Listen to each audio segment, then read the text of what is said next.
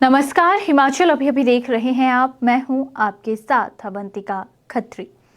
आज राजधानी शिमला की बात करें तो सचिवालय के बाहर जमकर हंगामा हुआ, खूब बवाल हुआ।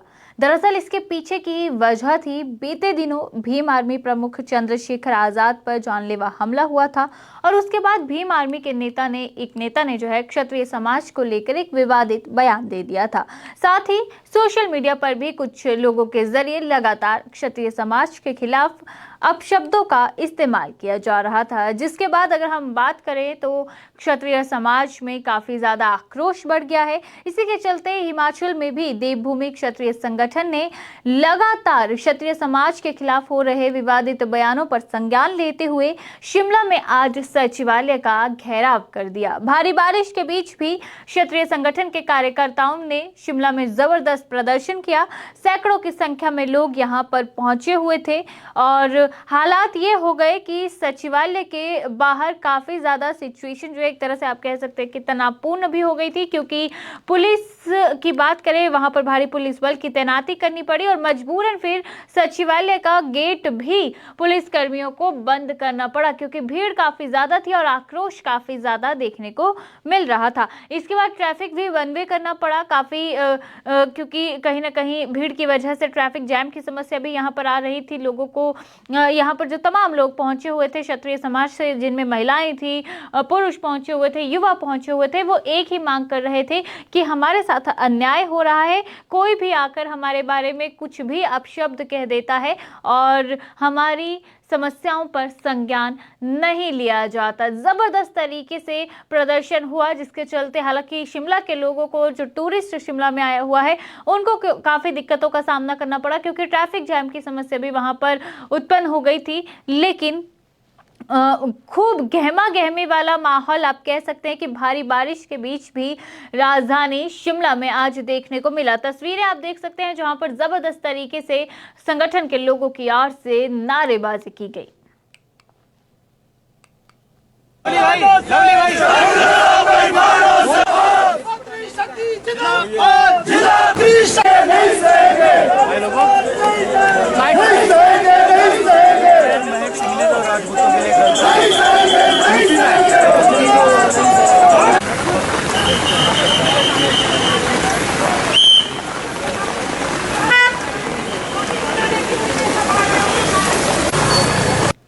तो देखा आपने, काफी संख्या में लोग यहाँ पर पहुंचे हुए थे। जबरदस्त तरीके से नारेबाजी हुई, सचिवालय के गेट तक बंद करने पड़े। हालांकि देखिए, यहाँ पर जो देवभूमि क्षत्रिय संगठन है वो सरकार से यही मांग कर रहा है कि ऐसे लोगों के खिलाफ कार्रवाई की जाए जो सोशल मीडिया के माध्यम से क्षत्रिय समाज पर अभद्र टिप्पणी कर रहे हैं। यही नहीं, संगठन ने प्रदेश सरकार को बाकायदा चेतावनी भी दी कि अगर कार्रवाई नहीं हुई तो आने वाले दिनों में वो और ज्यादा उग्र प्रदर्शन करेंगे, उग्र आंदोलन करेंगे, तमाम क्षत्रिय समाज के लोगों को अपने साथ जोड़कर। वहीं देवभूमि क्षत्रिय संगठन के प्रदेशाध्यक्ष रोमित ठाकुर भी यहां पहुंचे हुए थे। उन्हीं की अगुवाई में जाहिर सी बात है ये प्रदर्शन हुआ। उन्होंने स्पष्ट तौर पर कहा कि जिस तरह से कुछ दिनों से अभद्र टिप्पणियां समाज पर की जा रही हैं वो सही नहीं है। प्रदेश सरकार भी इस पर कोई संज्ञान नहीं ले रही, कोई कार्रवाई नहीं की जा रही है, जो कि कहीं ना कहीं गलत है। प्रदेश सरकार को हमारे समाज और हमारे लोगों के बारे में भी कुछ ना कुछ सोचना होगा, ये कहना रहा रोमित सिंह ठाकुर का। क्या कुछ कहा है उन्होंने, सरकार को भी अल्टीमेटम दिया था, वो हम आपको सुनवाते हैं। रोमित जी, आज आप प्रदर्शन कर रहे हैं, क्या जरूरत पड़ी है सचिवालय पे घेराव करने की? साहब, जरूरत ये पड़ गई कि हमारे 48 राजपूत ब्राह्मण यहाँ पर बैठे। एक व्यक्ति ने हमारे क्षत्रिय समाज के खिलाफ अभद्र टिप्पणियों का प्रयोग कर दिया, हमारे इतिहास के ऊपर अभद्र टिप्पणियां कर दी, हमारे माँ के दूध के ऊपर अभद्र टिप्पणियां कर दी। हम लोगों को नाजायज औलादे बोला जा रहा है, हमारे इतिहास में हमारे पूर्वजों पुरखों को तलवे चाटने वाले बोला जा रहा है। मैं इनसे पूछने के लिए हम आए कि तुम्हारा खून नहीं खोला यहाँ पर बैठकर? एक बार प्रतिशत भी तुम्हें नहीं लगा कि इस हिमाचल प्रदेश में रहने वाले 40 लाख राजपूत सबसे ज्यादा संख्या में रहते हैं, उन लोगों की भावनाओं की कदर हम लोगों को करनी पड़ेगी। अगर कोई दूसरे वर्ग के खिलाफ इस प्रकार के शब्दों का प्रयोग किया जाता तब तो तुम कह जाते, बड़े उसमें आ जाते कि भैया उनको नौकरी भी देंगे, उनके खिलाफ अपशब्दों का प्रयोग हुआ, बड़ा गलत हुआ, सख्त कार्रवाई करेंगे। आज हमारे खिलाफ कार्रवाई करने वालों के खिलाफ तुम क्या कार्रवाई कर रहे हो? यहाँ पर हिमाचल प्रदेश में ऐसे इतने सारे लोग हैं जो सोशल मीडिया के माध्यम से क्षत्रिय समाज के खिलाफ अभद्र टिप्पणियों का प्रयोग करते हो।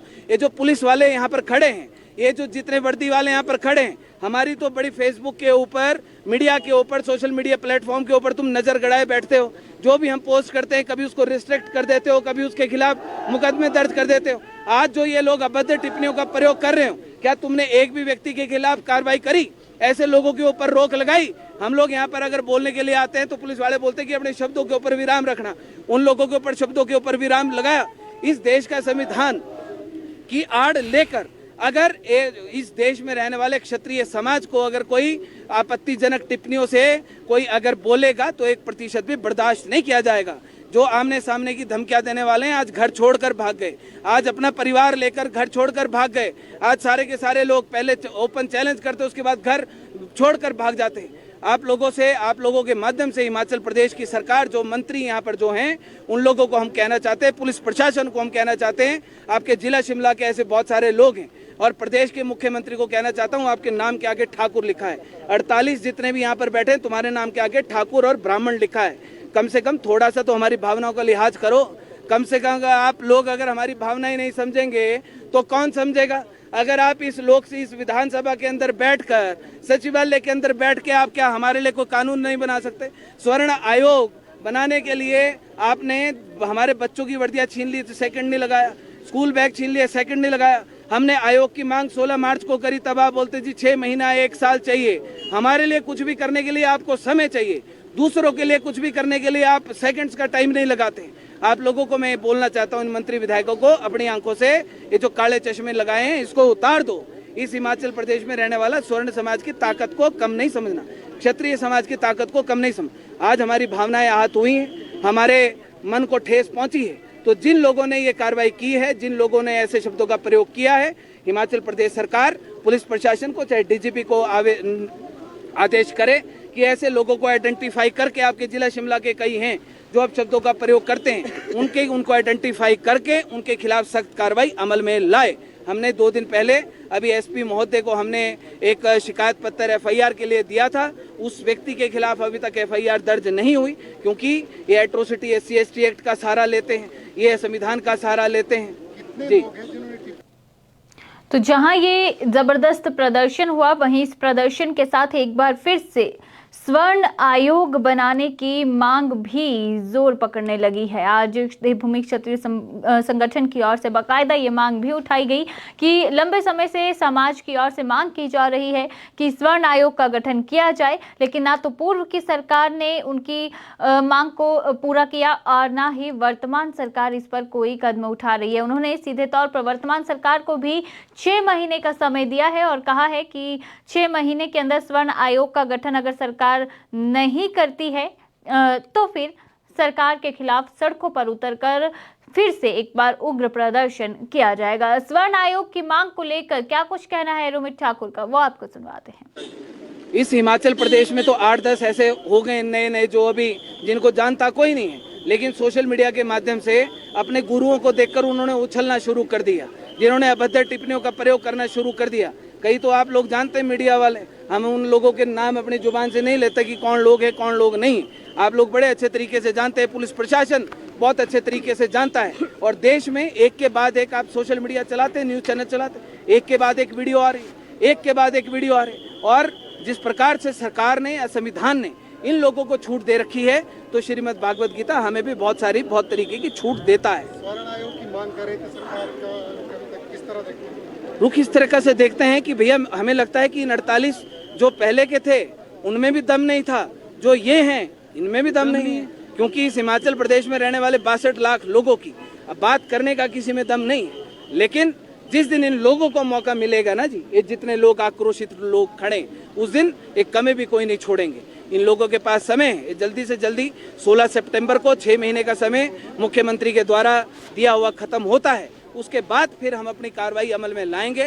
जो नज़ारा बीजेपी ने तो बहुत कम देखा है, भाजपा वालों ने तो देखा ही कुछ नहीं, आक्रोश तो उन लोगों ने देखा ही कुछ नहीं, जो इन लोगों को देखना पड़ेगा। तो इसलिए वो तो ट्रेलर था, वो तो एक मात्र ट्रेलर इनको दिखाएंगे अब।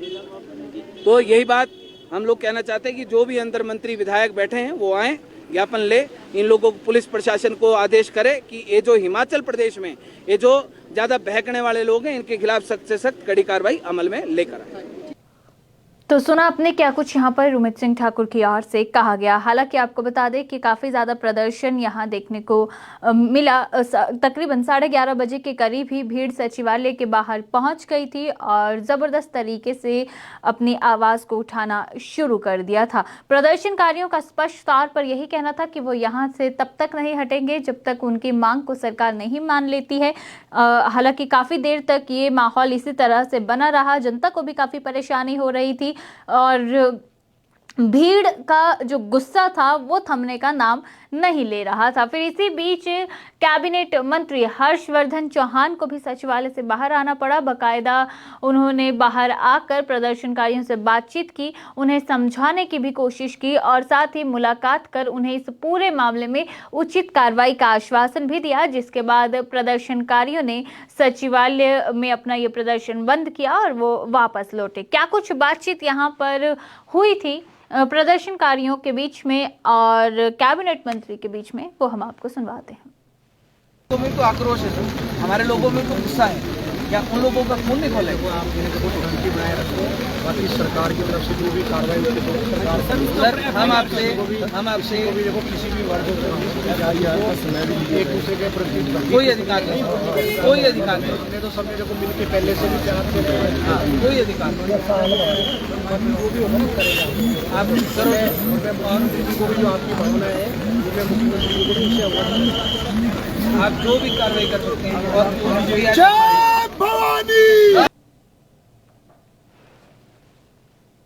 तो मंत्री की ओर से आश्वासन दिया गया है इन्हें और कहा गया है कि उचित कार्रवाई होगी। लेकिन दूसरी ओर अगर हम प्रदर्शनकारियों की बात करें तो वो फिलहाल आश्वासन के बाद उन्होंने ज़रूर अपना प्रदर्शन खत्म कर दिया है, लेकिन साथ ही साथ अल्टीमेटम भी दिया है सरकार को कि अगर कार्रवाई नहीं होती है तो आने वाले समय में आंदोलन और ज़्यादा उग्र होगा। खैर, इस पूरे मसले पर आपकी क्या राय है, कमेंट करके आप हमें ज़रूर बताइएगा। क्या लगता है आपको, इस प्रदर्शन को आप कितना सही मानते हैं, कितना गलत मानते हैं? क्या आपको लगता है कि जिस स्वर्ण आयोग की मांग को एक बार फिर से उठाया जा रहा है, क्या वो आयोग अब बन जाना चाहिए? इस पर भी आप अपनी राय रख सकते हैं और इसी के साथ अभी मैं आपसे लेना चाहूंगी इजाजत। नमस्कार।